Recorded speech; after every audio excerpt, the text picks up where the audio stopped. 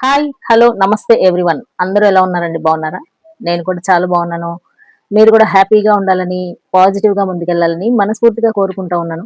Welcome to my channel Sunita's world. నేను మీ సునీత. ఎప్పట్లాగే ఈ రోజు కూడా ఒక మంచి టాపిక్ అండి. సూపర్ టాపిక్ తో మీ ముందుకు వచ్చేసాను. కంటెంట్ లోకి వెళ్ళబోయే ముందు మన ఛానల్ కి ఎవరైనా ఫస్ట్ టైం వచ్చినట్టయితే ఛానల్ ని సబ్స్క్రైబ్ చేసుకొని చూడండి.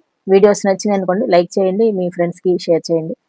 అలాగే గంట సింబల్ ఉంటుంది కదా, బెల్ ఐకాన్, దాన్ని ఆన్లో పెట్టుకున్నారు అని అంటే నేను ఎప్పుడు వీడియోస్ వేసినా సరే మీకు నోటిఫికేషన్ వచ్చేస్తుంది. అయితే మరి ఎక్కువ లేట్ చేయకుండా మనం ఇంట్రెస్టింగ్ టాపిక్ వెళ్ళిపోదాం. ఓకేనా?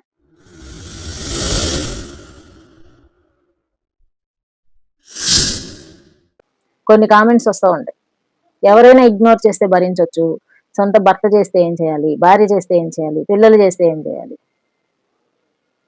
చాలా వస్తున్నాయి కామెంట్లు.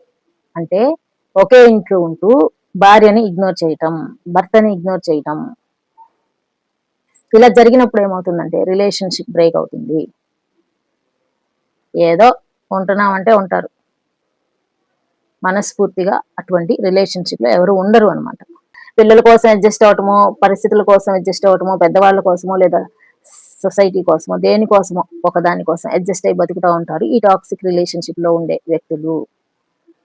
అందులో నుంచి బయటపడాలన్న వాళ్ళకి మనసులో ఉంటుంది, కానీ బయటకు వచ్చే ధైర్యం ఉండదు. చాలా మంది సఫర్ అవుతూ ఉంటారు.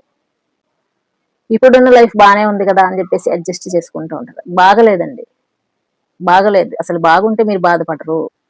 మన బంధం ఏదైనా సరే అది సరి అయినది అయితే మనల్ని ఏడిపించదు, బాధ పెట్టదు, దుఃఖ పెట్టదు. మనల్ని సంతోషంగా ఉంచుతుంది, ఎప్పుడు ప్రొటెక్ట్ చేస్తుంది, మనల్ని కాపాడుతుంది, మన అభిప్రాయాలకి విలువ ఇస్తుంది నిజమైన బంధం.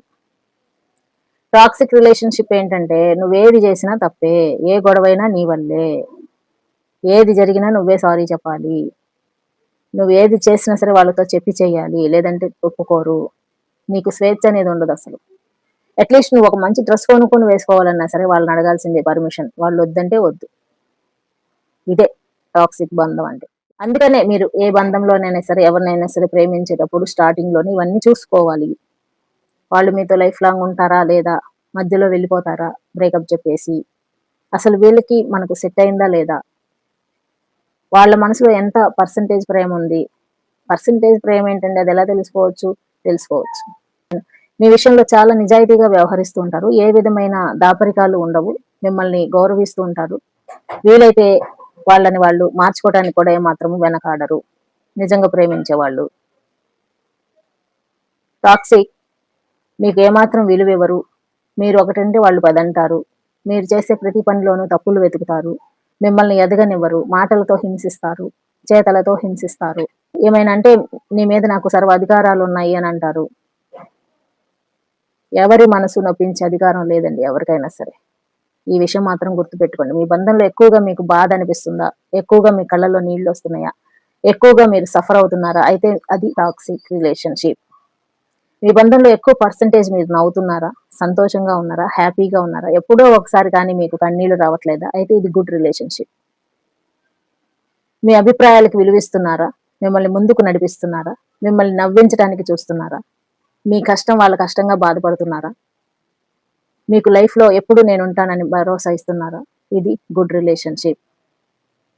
నువ్వెటుపోయినా నాకు అనవసరం, నేను బాగుంటే చాలు, నీ పద్ధతులన్నీ నువ్వు నా కోసం మార్చుకో, నన్ను దాటి నువ్వు ఎటు వెళ్ళటానికి లేదు, నాతో కాకుండా ఎవరితోటి మాట్లాడటానికి లేదు, ఏ పని కూడా నాతో చెప్పకుండా చేయటానికి లేదు, నిన్ను నేను ఎదగనివ్వను, ఎక్కడికక్కడ నిన్ను ఆపేస్తూ ఉంటా ప్రేమ పేరుతో. ఇది టాక్సిక్ రిలేషన్షిప్.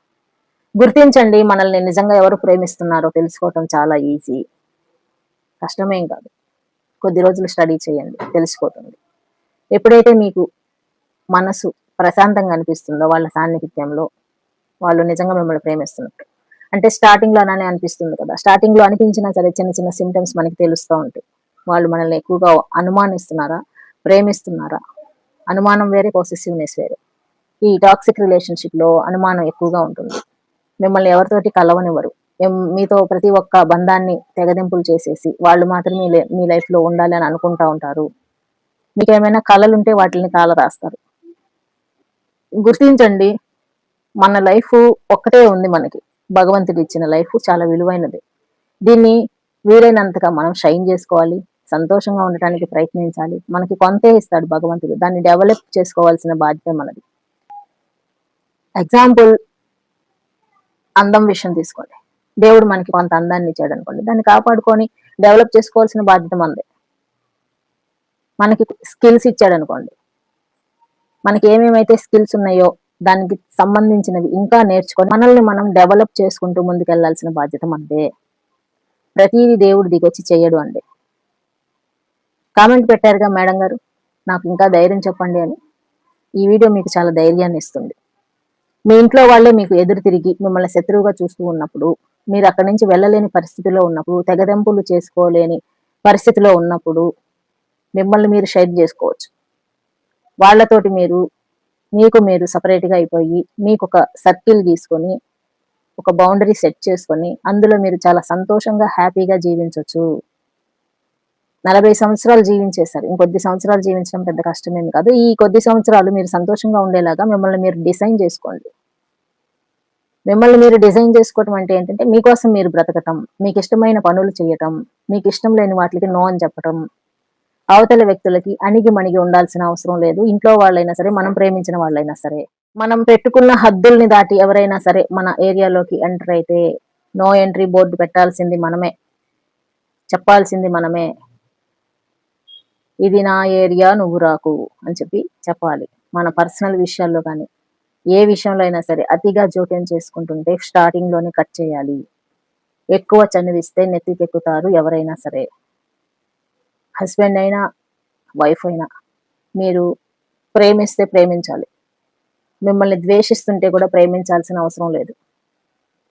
ప్రేమ చాలా పవిత్రమైనది. ఇచ్చే కొద్దీ పెరగాలి కానీ ఇచ్చే కొద్దీ అయిపోకూడదు. అట్లాంటి వాళ్ళకి మీరు ఎంత ప్రేమ ఇచ్చినా సరే అది బూడిదలో పోసిన పన్నీర్ అవుతుంది. కాబట్టి మీ ప్రేమని వృధా చేసుకోకండి, మీ ఎమోషన్స్ ని వృధా చేసుకోకండి, మీ కన్నీళ్ళని వాళ్ళ కోసం వృధా చేసుకోకండి. మీ లైఫ్ మీకుంది, మిమ్మల్ని మీరు కాన్ఫిడెన్స్ గా ఉండేలాగా తీర్చిదిద్దుకోండి. ప్రపంచంలో అన్నిటికన్నా ఒక మంచి కాస్ట్లీ అయిన ఆభరణం ఏదైనా ఉంది అంటే అది కాన్ఫిడెన్స్. దాన్ని మీరు ఎంత బాగా కాపాడుకుంటారో అది మిమ్మల్ని అంత బాగా కాపాడుతుంది. మనం ఎప్పుడు చెప్పుకునే విషయమే, ఆత్మగౌరవం విషయానికి వస్తే ఎవరిని క్షమించకూడదు. చివరికి భగవంతుడు కూడా మన ఆత్మగౌరవం తర్వాతే అని మనం అనుకున్నప్పుడు లైఫ్ లో మనల్ని ఎవరు కష్టపెట్టరు. ఒకవేళ కష్టపెట్టినా మనం దాన్ని లెక్క చేయకూడదు. మన లైఫ్ మనకుంది. నువ్వు అవతలి వాడిచ్చిన ప్రతి కష్టాన్ని రిసీవ్ చేసుకొని లెక్క చేస్తూ ఉన్నంతసేపు వాడు నీకు కష్టం ఇవ్వటానికే చూస్తాడు. నువ్వు రిసీవ్ చేసుకోవద్దు. వాళ్ళు ఇచ్చే అనవసరమైన ఎమోషన్స్ ని నువ్వు రిసీవ్ చేసుకోకు. ధైర్యంగా ఉండటానికి చూడు. శారీరకంగా హింసిస్తుంటే భరిస్తూ ఉండాల్సిన అవసరం లేదు. ప్రొటెక్షన్ తీసుకోవచ్చు. భయపడకండి ప్రతిదానికి. భయపడితే భయపెడుతుంది ఈ లోకం. ఎదురు తిరిగి ఏంటి అని ప్రశ్నించి చూడండి. వెను తిరిగి పారిపోతుందో లేదో మీకే అర్థమవుతుంది.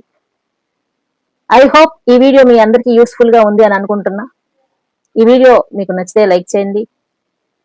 అలాగే మరిన్ని మంచి వీడియోల కోసం మన ఛానల్ని సబ్స్క్రైబ్ చేసుకోండి. నెక్స్ట్ టైం మరో మంచి వీడియోతో మళ్ళీ మీ ముందుకు వచ్చేస్తాం. Until then, Jai Hind.